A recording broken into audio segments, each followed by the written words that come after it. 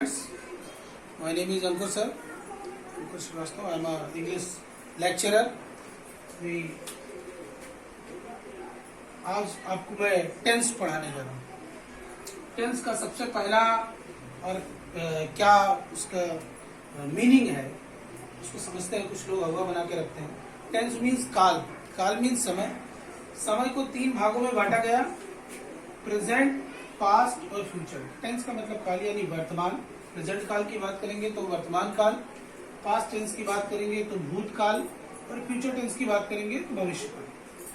अब चूंकि इसके जो 12 प्रकार होते हैं, छोटे बच्चों को या अमूमन जो टेंस नहीं जानता उसको समझने में बहुत प्रॉब्लम होती है कि कैसे क्या किस तरीके से मतलब इसके भाग हैं और ये कैसे 12 भागों में टूट जाता है।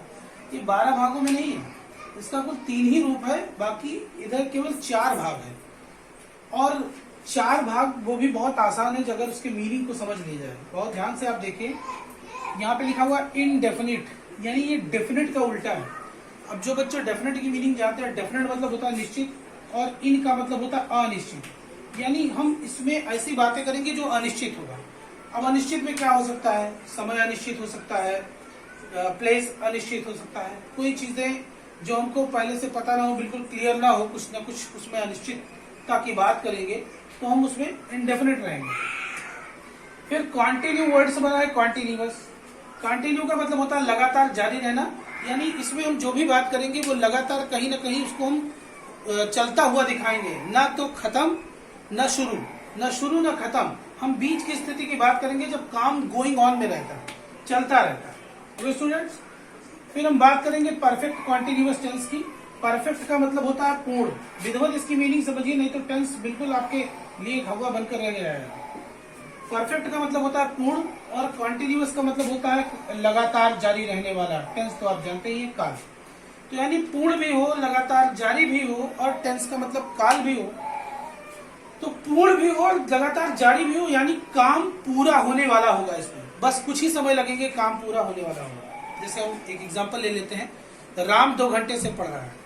तो 2 घंटे से पढ़ रहा है, इसका मतलब कभी तो उसका काम खत्म होगा, 3 घंटे में, 4 घंटे में, यानी काम उसका जो है जारी है और वो कभी ना कभी खत्म होने वाला है, बहुत जल्द ही खत्म होगा।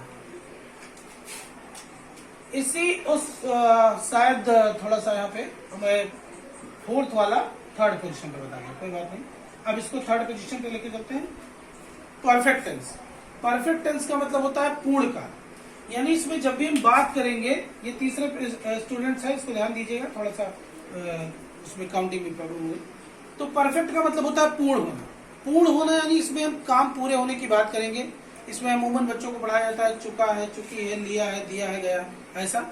केवल 3 वर्ड है, 3 लेटर है, जिसमें आ, ई, ए, ये लास्ट में अगर आ रहे किसी के और उसके बाद टेंस का क्लियरेंस आ रहा है कि कैसे टेंस कौन से, जैसे है आ गया या था आ गया या गागी आ गया, तो कंफर्म हो जाता है कि वो परफेक्ट टेंस है, काम पूरा हो चुका होगा।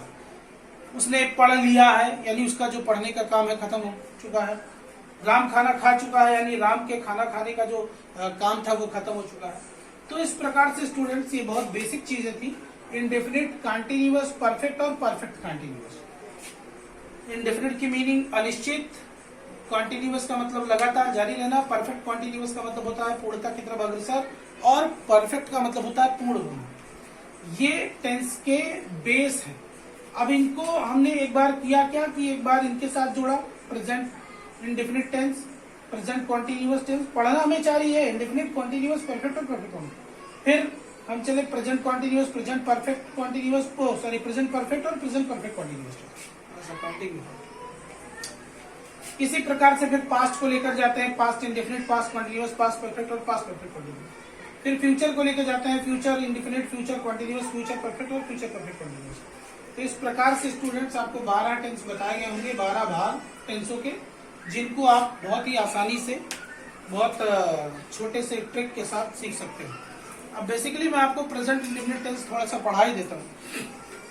प्रेजेंट इंडेफिनिट टेंस में आप जानेंगे बच्चों, इसमें भी छोटा सा रूल है, एसएसपीपी का रूल। एसएसपीपी आप हो सकता है नई चीज हो या कुछ बच्चों ने किताबों में देखा हो। एसएसपीपी यानी एस, पहले एस का मतलब है सब्जेक्ट सिमिलर, यहाँ पे मतलब हो गया सब्जेक्ट सिमिलर, ठीक है। सब्जेक्ट सिंगुलर तो यहाँ वर्ब भी सिंगुलर होगा, वर्ब भी सिंगुलर। सब्जेक्ट यहाँ प्लूरल होगा, ये पहले पी का मतलब है प्लूरल, तो सब्जेक्ट प्लूरल तो वर्ब भी प्लूरल, यानी पहला एस जो है वो सब्जेक्ट के लिए आता है, पहला वाला जो है वो सब्जेक्ट के लिए, दूसरा वाला वर्ब के लिए आता है। तो एस एस का मतलब है, एक एस का मतलब, पहले एस का मतलब सब्जेक्ट और सब्जेक्ट सिंगुलर, दो चीजों को डिनोट करता है, सब्जेक्ट और सिंगुलरिटी। तो दूसरा वाला वर्ब को डिनोट करता है, वर्ब भी सिंगुलर ही होगा, यानी कर्ता सिंगुलर, कर्ता एक वचन तो क्रिया भी एक वचन, कर्ता बहुवचन तो क्रिया भी बहुवचन, बहुत सिंपल है। वह पढ़ता है, इसमें वह जो है वो करता है और ये एक वचन है, इसलिए वर्ब में यस या यस लगा हुआ है, एक वचन को डिनोट कर रहा है।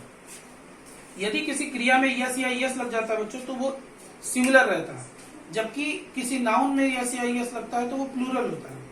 फिर हम बात करेंगे तुम खेलते हो, यू प्ले। यहाँ पे ये देखिए कर्ता बहुवचन तो क्रिया भी बहुवचन, इसमें एस या यस नहीं लगा हुआ है। फिर हम बात करेंगे वह नहीं सोता है, डज नॉट स्लीप। अमूमन सिंगुलर सब्जेक्ट के साथ यहाँ पर डज नॉट का प्रयोग होगा ना आने पर, ना मतलब नहीं आने पर, और प्लूरल के साथ हम डू नॉट लगाएंगे। ये सिंपल है, बहुत सारे बच्चे जानते होंगे, लेकिन एक बार रिवाइज कर लीजिए। नई शुरुआत के लिए हम बिल्कुल शुरू से ही शुरू करें तो ज्यादा बेहतर है। तो हम नहीं दौड़ते हैं, we do not run, verb की फर्स्ट फॉर्म आती है डू नॉट डज नॉट के बाद। फिर हम बात करेंगे क्या, अगर शुरू में क्या आ जाता है बच्चों तो उसकी इंग्लिश हम नहीं लिखते हैं। फिर लाते हैं सहायक क्रिया जिसको हेल्पिंग वर्ब कहते हैं, अकॉर्डिंग टू सब्जेक्ट। सब्जेक्ट हमारा सिंगुलर होगा तो डज लेकर आएंगे, सब्जेक्ट हमारा प्लूरल होगा तो डू लेकर आएंगे। Does she eat the food, क्या वह खाना खाती है।